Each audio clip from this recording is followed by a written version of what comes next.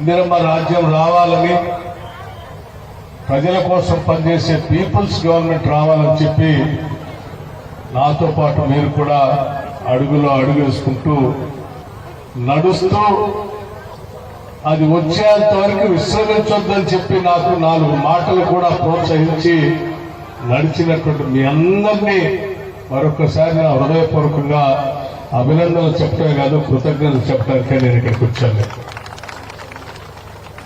ఆ రోజు ఇక్కడ నుంచి పాదయాత్ర చేస్తూ వెళుతున్న సందర్భంలో ప్రతి ఊర్లో మార్గ మధ్యంలో ఉన్నటువంటి ప్రతి గ్రామంలో ఆగారు. సాధ్యమైనంత ఎక్కువ మందితో మాట్లాడటం కోసం ప్రయత్నం చేశారు. మహిళలు కావచ్చు, వృద్ధులు కావచ్చు, విద్యార్థులు కావచ్చు, రైతులు కావచ్చు, అనేక రకాలైనటువంటి గిరిజన జాతులు కావచ్చు, దళితులు కావచ్చు, దళితేతరులు గిరిజనేతరులు కావచ్చు, అందరితో మాట్లాడారు. అందరూ చెప్పిందల్లా ఒక్కటే, తెచ్చుకున్న తెలంగాణ రాష్ట్రంలో స్వేచ్ఛ పోయింది, స్వేచ్ఛ కావాలి మాకు. ఆ స్వేచ్ఛతో కూడినటువంటి ఇక్కడ ఉన్న వనరులు, సంపద ప్రజలకే పంచబడాలి. ఆ సంపద ప్రజలకు పంచడం కోసం మీరు నడుస్తూ ప్రయాణం కండి, మీతో పాటు మేము ఉంటాం. ఇందిరమ్మ రాజ్యం తెచ్చుకుందాం, ఆ సంపదను ప్రజలకు పంచే కార్యక్రమం చేపట్టండి.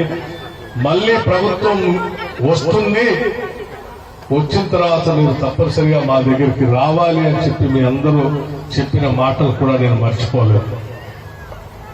అందుకే మీ అందరూ ఆనాడు నాతో నడుస్తూ మాట్లాడిన ప్రతి అంశాన్ని నేను రాసుకున్నాను. ప్రతిరోజు ఉదయం నుంచి సాయంత్రం వరకు నడిచి రాత్రి పూట పడుకునే ముందు ఉదయం నుంచి నాకు ఎవరెవరు ఏం మాట్లాడారో వాళ్ళ పేర్లతో సహా, సమస్యలతో సహా రాసుకుని ఒక డైరీ లాగా రాసుకున్నాను. ప్రభుత్వం వచ్చిన మరుక్షణం నుంచే అదృష్టం కొద్ది కాంగ్రెస్ పార్టీ, కాంగ్రెస్ నాకు రాహుల్ గాంధీ గారి నాయకత్వంలో, మల్లికార్జున ఖర్గే గారి నాయకత్వంలో ఈ ప్రభుత్వంలో ఉప ముఖ్యమంత్రిగా, అది కూడా ఆర్థిక శాఖను చూసేటువంటి బాధ్యత నాకు చెప్పినప్పుడు ఆనాడు మీరు చెప్పిన ప్రతి సమస్యకి బడ్జెట్ లో ఆ సమస్యల పరిష్కారం చేయడం కోసం ఏమేమి పొందుపరచాలో వాటన్నిటిని పొందుపరుచుకుంటూ వచ్చాం. అందులో భాగంగానే ఈరోజు మీరందరూ చూస్తూ ఉంటారు, ఈ గ్రామాల మధ్యలో నడుస్తున్నప్పుడు చాలా చోట్ల పాఠశాలలు సరిగా లేవని చెప్పారు. పిల్లలు చదివించుకోవడానికి కావాల్సిన వ్యవస్థలు సరిగా లేవని చెప్తే ఈ ప్రపంచంతో పోటీ పడే స్థాయిలో ఈ ప్రాంతాల్లో పాఠశాలలు ఉండాలని ఆ రోజు అనుకుని ఈరోజు నేను గౌరవ రాష్ట్ర ముఖ్యమంత్రి రేవంత్ రెడ్డి గారితో మాట్లాడి ఆలోచనలు చేసి ఈ ప్రపంచంతో పోటీ పడే స్థాయిలో ఇంటర్నేషనల్ స్టాండర్డ్స్ లో ఈరోజు young India international schools, integrated international schools ని ప్రతి శాసనసభ నియోజకవర్గంలో 200 కోట్ల రూపాయలతో ఒక స్కూల్స్ ని శాంక్షన్ చేశాం. నిన్న నేను ఇక్కడికి వచ్చినప్పుడు ఒక స్కూల్ కి భూమి పూజ కూడా చేసుకున్నాం. ఆసిఫాబాద్ శాసనసభ నియోజకవర్గంలో కూడా బహుశా శాంక్షన్ ఉంది, వాకేళ్లో శాంక్షన్ అయింది.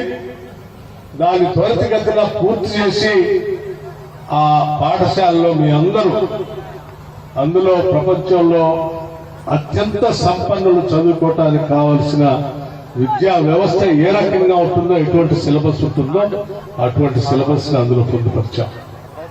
అందులో చదువుకున్న ప్రతి విద్యార్థి కూడా పోషకాహారాలతో పాటు మేధస్సుతో ప్రపంచంతో పోటీ పడే స్థాయిలో ఎదుగుతాడు. అటువంటి వ్యవస్థను తీసుకొచ్చాం రాష్ట్ర వ్యాప్తంగా. ఇళ్లు లేని పేదవాళ్ళు చాలా మంది మార్గమధ్యంలో కలిసి ఆ కూలిపోయిన ఇళ్లని, లేకపోతే పెంకుటిళ్ళని, లేకపోతే తలుపులు లేని ఇళ్లను చూపించి మాకు ఇల్లు కావాలయ్యా అంటే ఆ రోజే చెప్పాం. తప్పనిసరిగా ఇందిరమ్మ ప్రభుత్వం వస్తుంది, పీపుల్స్ గవర్నమెంట్ వస్తుంది. వచ్చిన గవర్నమెంట్ లో ఇల్లు లేని పేదవాళ్ళకి దశల వారీగా అర్హత ఉన్నటువంటి వాళ్ళందరికీ 5 లక్షల రూపాయలతో ఇందిరమ్మ ఇల్లు ఇస్తామని చెప్పాం. చెప్పినట్టుగానే రాష్ట్రంలో 4,50,000 ఇళ్లని శాంక్షన్ చేసి ప్రతి ఊర్లో ఇవాళ ఎంతో కొంతమందికి ఇల్లు కడుతూనే ఉన్నాం. ఈ పరిసర ప్రాంతాల్లో ఉన్నటువంటి పీవీటీజీ ప్రిమిటివ్ ట్రైబ్స్ సంబంధించి ఎంత మంది ఉంటే అంతమందికి శాచురేషన్ లో ఇల్లు ఇవ్వాలని చెప్పి నిర్ణయం తీసుకున్నాం. ఈ రాష్ట్ర వ్యాప్తంగా ఉన్నటువంటి ప్రిమిటివ్ ట్రైబ్స్ అందరికి కూడా అర్హతగా ఉన్న వాళ్ళందరికీ శాచురేషన్ లో ఇల్లు ఇచ్చేస్తాను. ఇక్కడ కూడా ఇచ్చాం. ఈ గ్రామంలో కూడా హోజాలు, కోలమ్స్, ఆంధ్ర, గోండులు ఉన్నారు. అటువంటి వాళ్ళల్లో ప్రిమిటివ్ ట్రైబ్స్ ఉన్నటువంటి వాళ్ళందరికీ శాచురేషన్ ఇస్తూ మిగతా వాళ్ళకు కూడా సాధ్యమైనంత మేరకు ఒకళ్ళ తర్వాత ఒకళ్ళు ఇళ్లు ఇచ్చి కంప్లీట్ చేసే కార్యక్రమాన్ని చేపడుతున్నాం. కేవలం ఇళ్లు శాంక్షన్ చేసి వదిలేయట్లేదు. ప్రతి వారం మీరు కడుతున్నటువంటి ఇల్లుని పర్యవేక్షణ చేసి వారం వారం బిల్లు అప్లోడ్ చేయమని చెప్తా ఉన్నాం. బిల్లు అప్లోడ్ చేయగానే వారం వారం మీకు బిల్లు ఇచ్చే పరిస్థితిని ఈ రోజు రాష్ట్ర ప్రభుత్వం ఏర్పాటు చేసుకుని ముందుకు పోతా ఉంది. దశల వారీగా కడుతున్నటువంటి ఇందిర మహిళల లబ్ధిదారులందరికీ కేవలం ఏ గ్రామంలో కాదు రాష్ట్ర వ్యాప్తంగా ఉన్నటువంటి ఇందిరమ్మ ఇళ్ల లబ్ధిదారులందరికీ మీ ద్వారా ఈ గ్రామం నుంచి పిలిపిస్తా ఉన్నాను. ఏ ఒక్కరోజు కూడా ఆలస్యం చేయవాకండి. నేను కట్టుకునేటువంటి ఇల్లు ఆలస్యం ఒక్కరోజు చేసినా మీకే నష్టం. వాడిగా త్వరచుగా మీరు ఇల్లు కట్టుకోండి. వారం వారం బిల్లు ఇచ్చే బాధ్యత ఈ ప్రభుత్వానికి అని చెప్పి ఈ సందర్భంగా అందరికీ మనం చూస్తాం. అట్లాగే ఈ ప్రాంతం నుంచి నడుచుకుంటూ పోతా ఉంటే ఈ రహదారి గురించి కూడా చెప్పారు. ఈ రహదారి పెద్ద ఎత్తున ట్రాఫిక్ ఉంటుంది. ఈ ట్రాఫిక్ ని అధిగమించాలంటే ఉట్నూరు ఆసిఫాబాద్ రహదారి ఇది వెడల్పు చేస్తే బాగుంటుందని చెప్తే దానిని కూడా ఇప్పుడు ఈ రహదారిని వెడల్పు చేసే కార్యక్రమంలో భాగంగా శాంక్షన్ చేయటమే కాదు, హ్యామ్ మోడల్లో కొద్ది రోజుల్లోనే టెండర్లు కూడా పిలుస్తా ఉన్నారు. ఈ రహదారి కూడా పిలుస్తున్న జరుగుతుంది. అట్లాగే ఈ ప్రాంతం నుంచి వెళ్తున్న సందర్భంలో కొన్ని చోట్ల నీటిపారుదలకు సంబంధించిన ప్రాజెక్టులకు సంబంధించి కొన్ని సమస్యలు అడిగారు. ఆ సమస్యల్లో మార్గ మధ్యంలో నడుస్తున్నటువంటి ఒక ఊరికి బ్రిడ్జి లేదు. ఆ బ్రిడ్జి లేకపోతే ఆ ఊళ్ళో పోలేకపోతున్నాం అంటే ఆ ఊరికి బ్రిడ్జిని ఇప్పటికే శాంక్షన్ చేయడం జరిగింది. కృష్ణానాయక్ తండా వంతెన పనులు కిషన్ నాయక్, అట్లాగే ఉట్నూరు కెరిమరి రహదారి విస్తరణ సమస్య,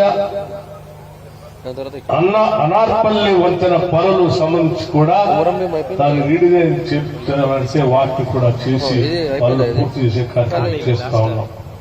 ముఖ్యంగా ఇక్కడ ఓజా సంబంధించినటువంటి తెగ ఇక్కడ చేస్తున్నటువంటి పనులతో వాళ్ళు తయారు చేస్తున్నటువంటి హస్తకళలకు సంబంధించినటువంటి వస్తువుల్ని ఈ మార్గ మధ్యలో నడుస్తుంటే వాళ్ళ షాప్ లో కోఆపరేటివ్ సొసైటీ అనుకుంటా అందులో తీసుకుని వెళ్ళారు. ఆ సొసైటీలో వాళ్ళు చెప్పింది ఈ పరిసర ప్రాంతాల్లో ఎవరికీ లేనటువంటి కళ మాకు తరతరాలుగా వస్తున్నటువంటి కళ, ఇది మా చేతుల్లో వస్తున్నటువంటి కళ, ఆర్ట్ ఇది.